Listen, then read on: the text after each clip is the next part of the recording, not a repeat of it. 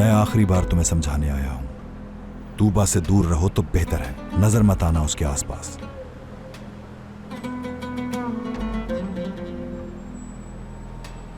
बात सुनो भाई, मैं इनसे अकेले में थोड़ी देर बात करना चाहता हूं।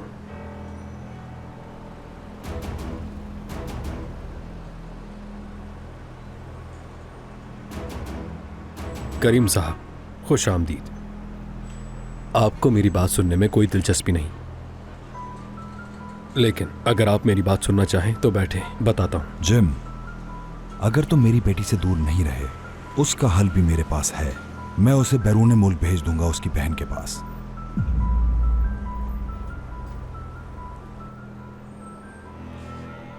मैं तूबा से काफी दिनों से नहीं मिल रहा हूं, तो आप पुरसुकून रहे। अच्छा, तो ये बताओ, तुम ये सब आखिर कर क्यों रहे हो? क्या मंसूबा है तुम्हारा?